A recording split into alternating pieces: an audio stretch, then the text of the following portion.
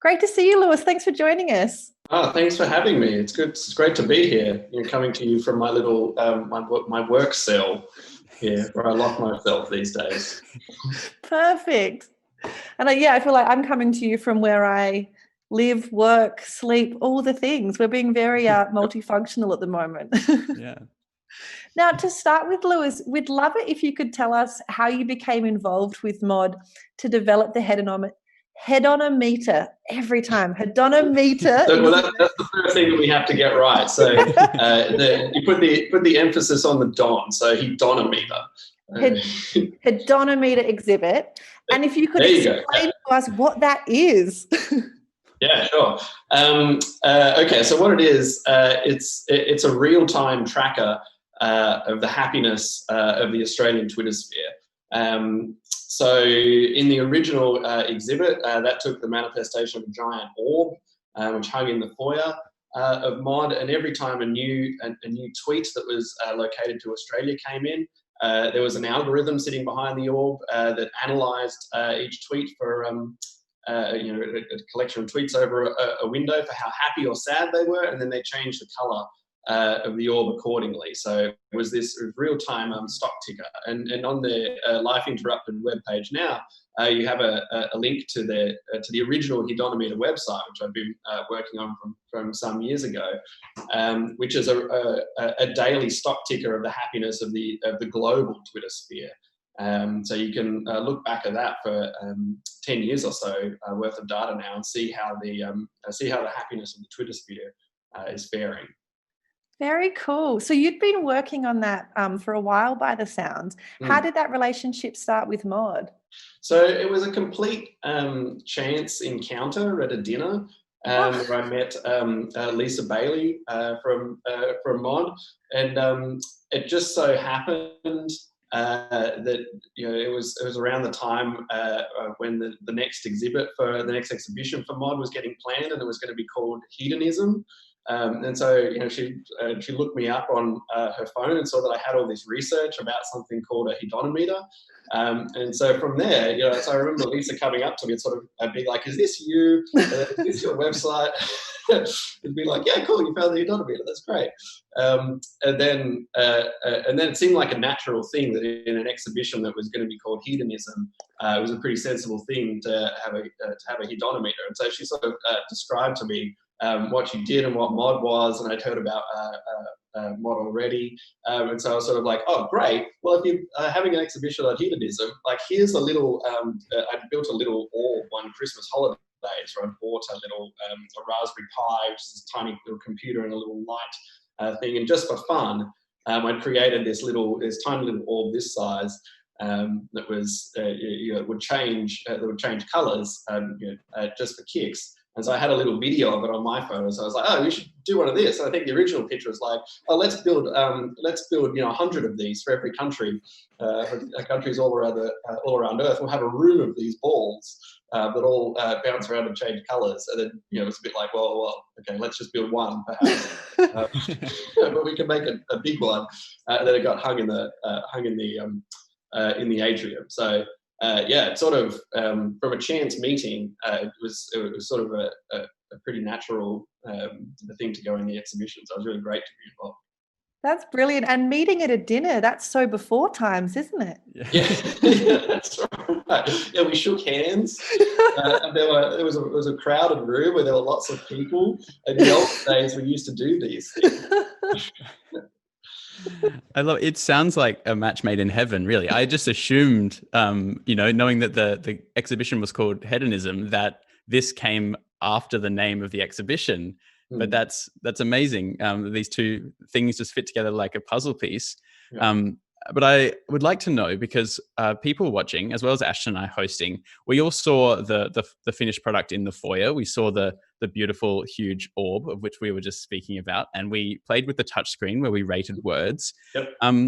But we want to go behind the curtain a bit and find out about the process of making the algorithm, of making the orb, and find out about some of the challenges that you faced and some of the hard decisions you had to make to get to that final product. Yeah, so the algorithm had been around for a while. So many of the many of the methodological challenges we've sort of thought about and come up with approaches for some years ago. And I can talk more about that. But one challenge that I remember with the exhibit specifically was how to translate, these numbers, because the Hedonometer essentially gives you this one number summary of how happy a collection of text is.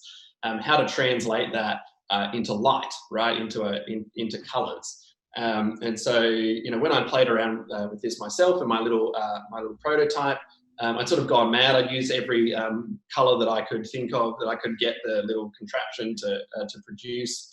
But that wasn't good design sense.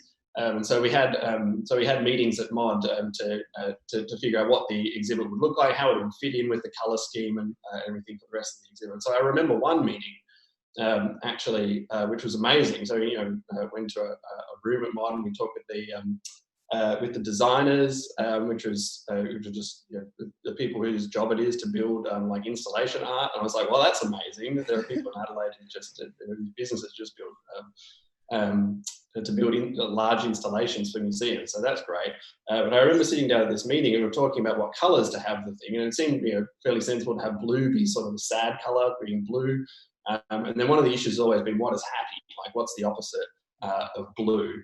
And in the original design of the Hedonometer, we thought yellow is quite a happy color, so it sort of went from blue to yellow.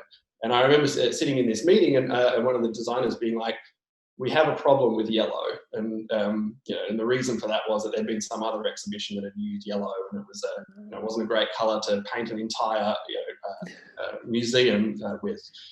So just remember this, we have a problem with yellow. And I remember sitting back and thinking, like, wow, what an amazing job. Like, I'd never considered having a problem with the color yellow in my job. Like, that's quite a different thing for me. Like, that's not like my mathematician job at all.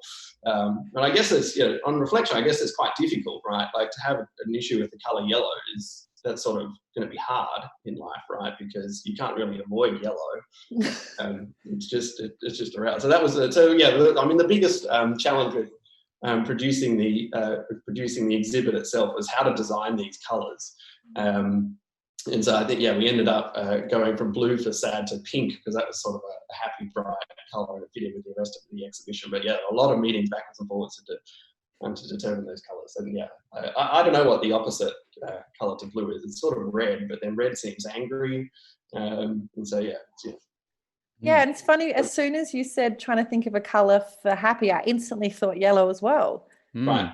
There's something about that color that we kind of are trained to align with happiness. That's right. I guess there is some science about this as well. There is psychologists have thought about what colours associate. Green is sort of disgust, or green with envy, things like this. So we have all these associations with. There's a whole nother study just in this, isn't there? There is. Well, there are many. Psychologists have thought about this stuff before. People cleverer than me have thought about this question. Now, on the topic of the changing of these colors, now from memory from the exhibit, it changed color every 30 seconds. Is that correct? It was something like that. I think it was actually, I think it was actually whenever a new tweet came in. So it could be quick or it could be slow, just depending on how frequently the API picked up a tweet that was geolocated to Australia. So that did turn out to be around about 30 seconds. Right. I was going to ask what the reasoning behind the time frame was, but there we go. You were one step ahead of me. But one thing I do want to ask about in relation to the analytics of these tweets that come in and the algorithm that decides whether they're positive or negative is, did you find any limitations in assessing language? Because of course, when someone tweets something, there's all kinds of things going on, like context, whether they're quoting or whether they're using sarcasm and things like that. Were these problems that you faced in assessing the data, and what kind of things did you do to try and deal with this? So that's one of the major things, one of the major considerations with this with this whole method. So, I mean, firstly, I should describe what the algorithm is. So the algorithm is reasonably simple, actually. So So my colleagues at the University of Vermont, where this study was born, actually crowdsourced a dictionary of emotions, a dictionary of scores for words. So they asked people to rate different words. So they'd show them a word. This was replicated in the exhibition. Showed them words and then asked them to rate that on a scale from 1 to 9, so 5's in the middle.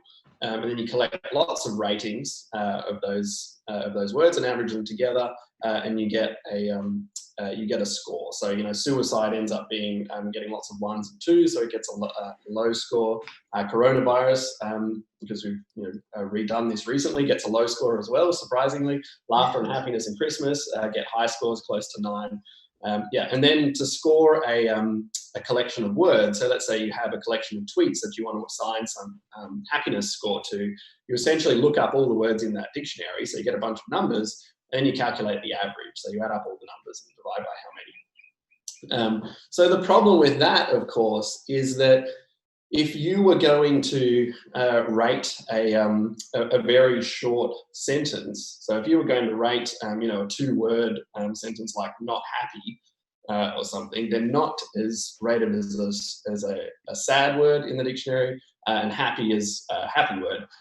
So you average those two things together, and you get something that's in the middle, and that doesn't really make sense. And so to rate a single tweet, a single collection of 10 words or so, doesn't really make sense. And so there you can't have any chance with this algorithm of picking up the context and things like sarcasm and irony and stuff like that, or even when people talk about being not sad, something like that.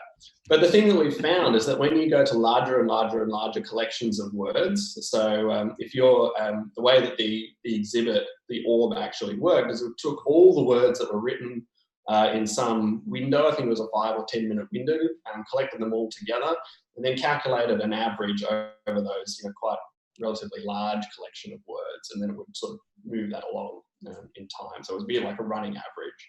And the thing that we find is that as you get to larger and larger and larger bags of words, you get this sense of a temperature of the average sentiment or of the average happiness of a bag of words. And because most people are not talking, if they're talking about being happy, they're usually just talking about being happy rather than not sad.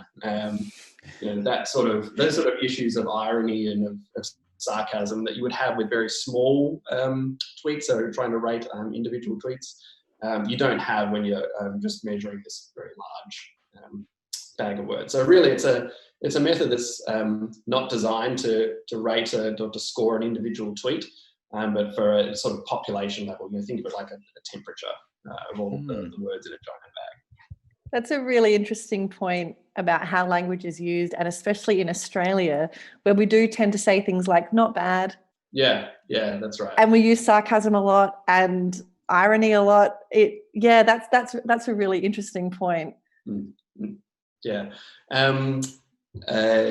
So one of the issues that we had early on with this were words like con and sin. So back in the day when I was looking at geotagged tweets in the United States many years ago, we would pick up that various places, various parts of the United States, particularly near the Mexican border, would tend to be seen quite relatively sad.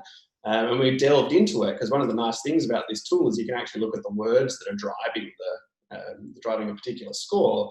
We would say, people are talking about con and sin, and these are very negative words in these regions. But of course, turned out they're Spanish language, they're words in Spanish. We need to go back and look at these words in different language contexts. So then, we did a study where we rated not just English words, but words in 10 different languages, and found interesting things there. Found that across all of these languages, there was a bias towards positivity. People would rate words relatively positive. And that language context needed to be taken into account. So there's lots of interesting things like that you find with a tool like this.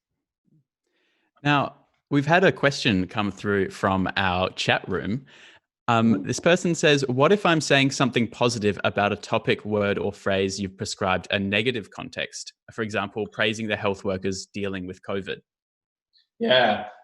So that that tends to be problematic. So yes, you might absolutely get this, and if you've got lots and lots of people saying positive things about coronavirus at the moment, then that will get smeared out, and you might get some average score. One time when that happened historically, that was very, very striking, was the day that Osama bin Laden was killed, which I can't remember what year that was. And that was sort of like a bad thing happening to a bad person. And in the United States, at least, that was sort of this very happy day, and people were really happy writing on Twitter about how Osama bin Laden had been killed. But of course, because all the words are like, Osama, which is a sad word in this dictionary, and killed is a sad word as well, that comes out as being this very, very negative day.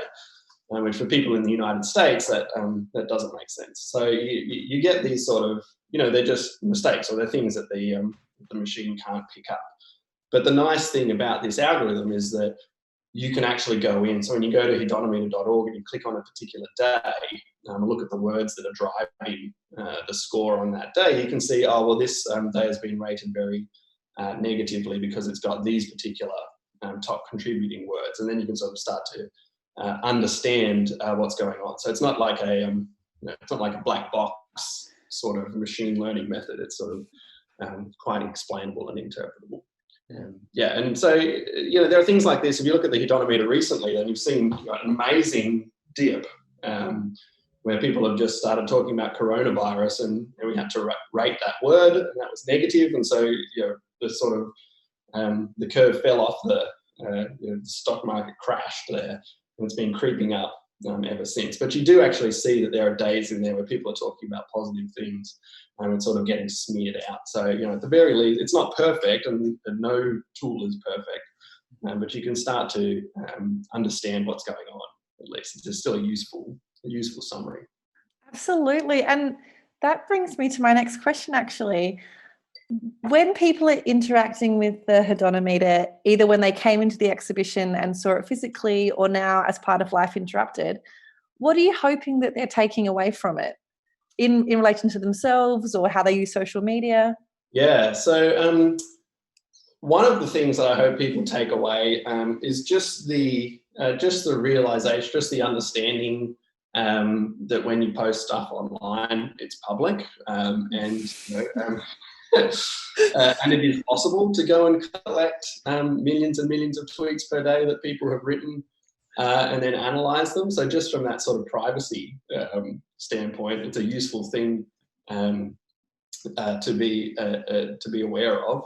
It's not something that you need to be necessarily afraid of, I think, because no individual's privacy is really being violated in these giant bags of words. But it's something that I'm always conscious of, is that you can actually see what real humans are writing on the internet, which is interesting.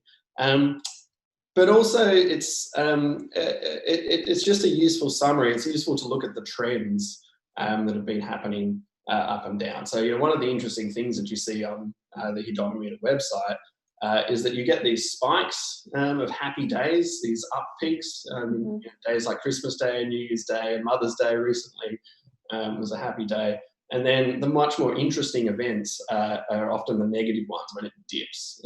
So they're the ones that you can't necessarily predict.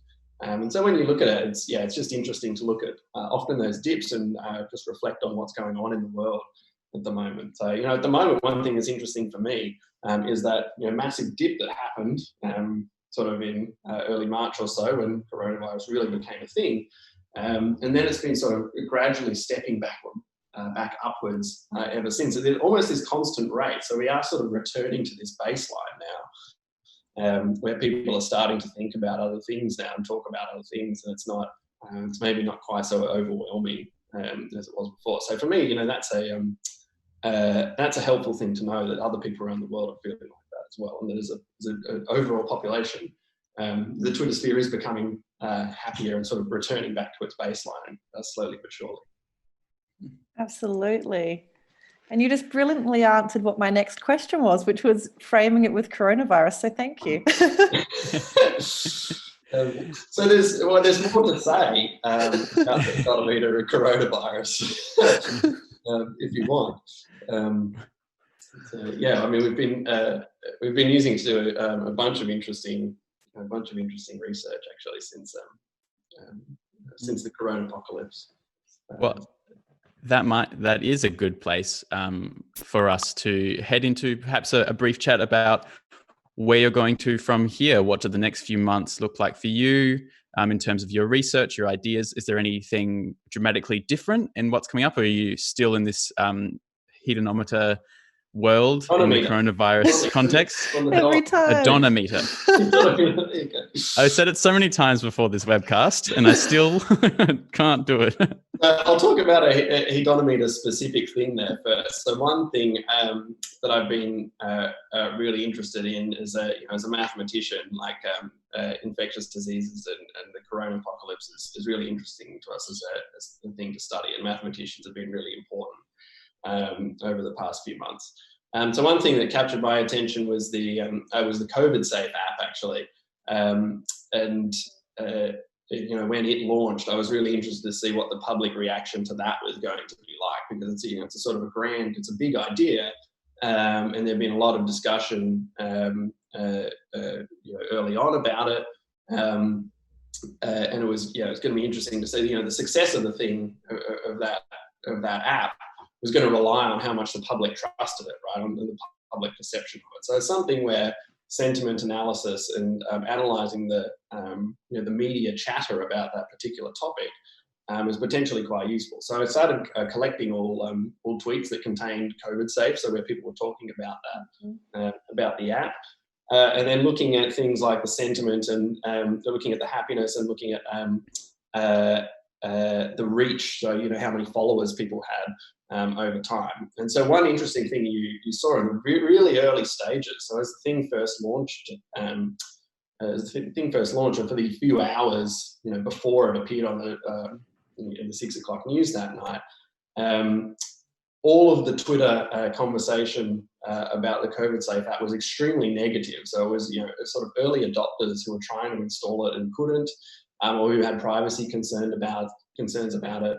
And so if you actually collected those tweets and ran the hedonometer, so calculated this happiness time series just about that topic, you saw this huge dip, like very negative tweets, which then similar to what we've seen in the overall hedonometer time series, sort of converge back to some baseline, and it's been going up and down since then. And then you also saw the early adopters had this huge reach. So the number of followers that on average that people tweeting about that had early on was relatively large. So you had this very negative emotion, or very, very negative publicity early on by people with high influence. And so that was, that's an interesting thing to see, and probably, if I were the government, I'd be interested to know how my app was being received, just to figure out how effective it was. So we've been doing some of that. In my bio, in the bio at the start, you mentioned Reddit. So the very clever PhD student, Curtis Murray, we've been looking at posts that people have written on Reddit. So there's a subreddit /r/COVID positive, where people post their experience throughout the on day 1, 2, 3, 4, 5, 6, 7 of being diagnosed with coronavirus.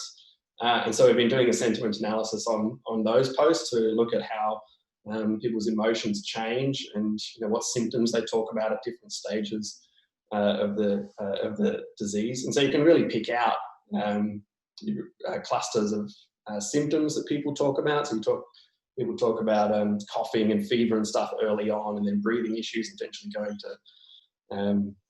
going to hospital later on. And the sentiment change varies throughout as well. You get disgust early on with the coughing and things like this, and then positivity as time goes on, because people are thankful to the doctors for helping them, and they're just glad to have gotten over the infection. So a bit of a survivor bias there with the collection of people who are writing about these things.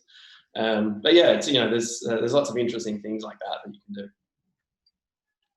This is so interesting, and I feel like Oh, there are so many more questions I want to ask you, but unfortunately, we actually have to go to our next segment. But before we do, just quickly, because I'm sure a lot of people watching are wanting to know even more as well. If people want to find out more, where do you suggest the best place to start is? To probably the best place is to look me up on Twitter. So my Twitter handle is Lewis_math.